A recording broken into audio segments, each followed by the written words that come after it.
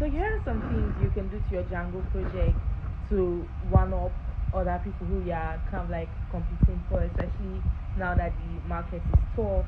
And I'm sure you can find a way to apply to other tech stacks. But if you're a Django developer, I'm going to show you some things you can do that will make your work look like it was done by an actual professional. Step one.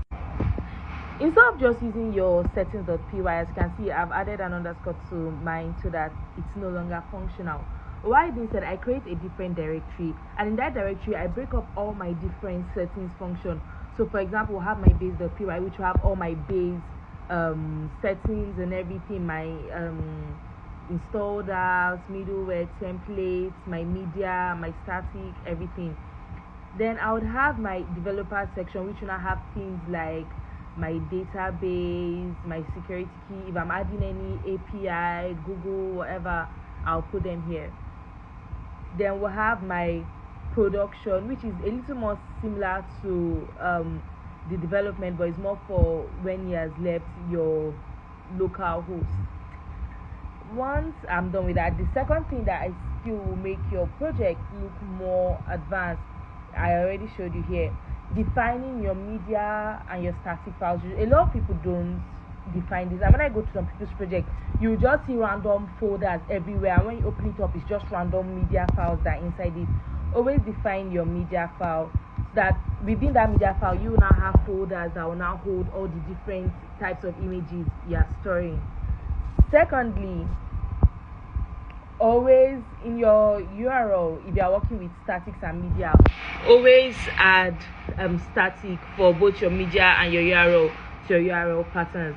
This especially is most important when you are deploying your project, so that the URL where the media files will be accessed from will be visible, and the URL where your static files will be accessed from will be visible. Then this one, now we're going into the template. When you are working with template, make sure you always have your base template. I feel like this is not something that someone needs to tell you. As a Django developer, you should be working with your base template. This will hold your base folders that has things that you want all over the site, so your site to be uniform. And within that base site, I'm just starting this project, so you will have your blog content, which is the blog that will hold your content. You would also want to add other things like blog head, blog extra CSS, and blog extra script or blog.js, or and as much as possible, depending on how bulky your sites are. But those are usually the three more. Blog title also, you'd want to always have all those blocks in your base .html.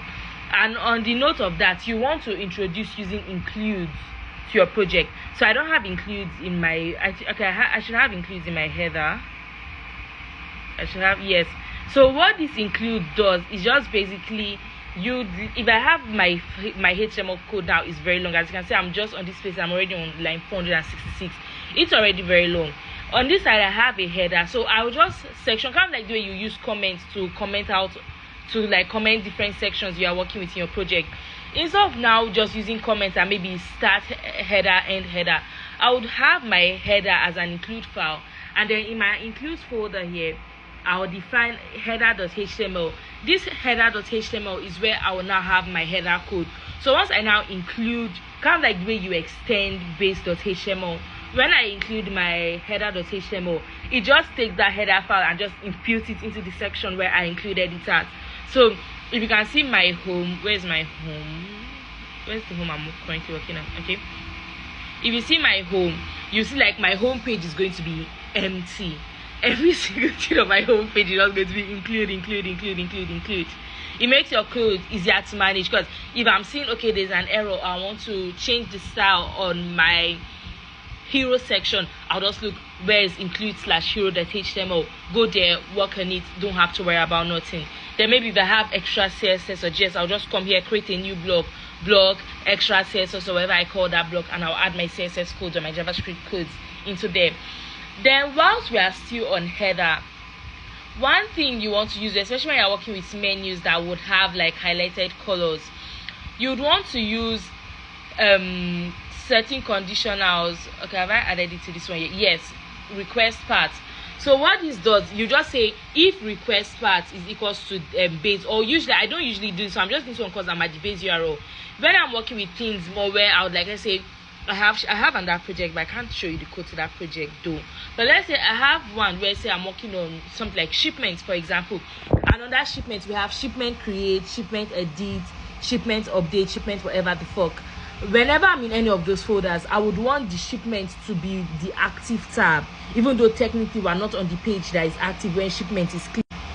So what I'll now do is I'll say if I'll put like move this in here. So if shipment in request.path, I'll now define my settings, my style. So I'm using class, so I'll call the class that is going to hold like the active class section, so that when you load it, when anything like what that stuff will just do is look for things that matches that part and apply the hover or the active effects tab to save menu, even though everything is in the base. One more, okay, let me show you one more in this video. If you want me to do another video like this, like, comment and share, but let me show you one more in this video. Okay, I'm going to show you some more. I opened a new project, so I'll be able to show you what I wanted to show you now, but since we're already here, I'm going to show you. So in Django you have multiple apps. So the whole point of creating multiple apps is to help you manage different functions without overpiling up a particular app.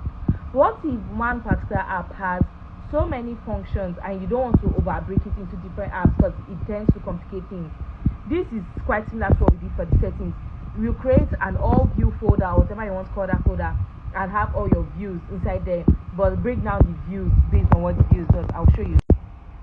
So in my app here, this app is a bad example. This project, I was just being very lazy. I just didn't want to create multiple apps because I didn't want to have to start using, because if you're using multiple apps, you have to now start defining like different shit, I forgot what you call it. Like if the account will be I even did it. I did it for accounts though, because the account is like a completely different structure.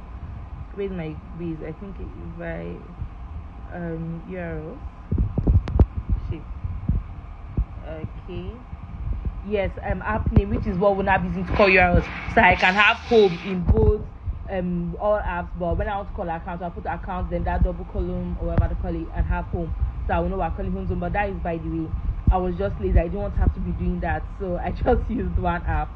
Bad example, but I guess it paid up for you.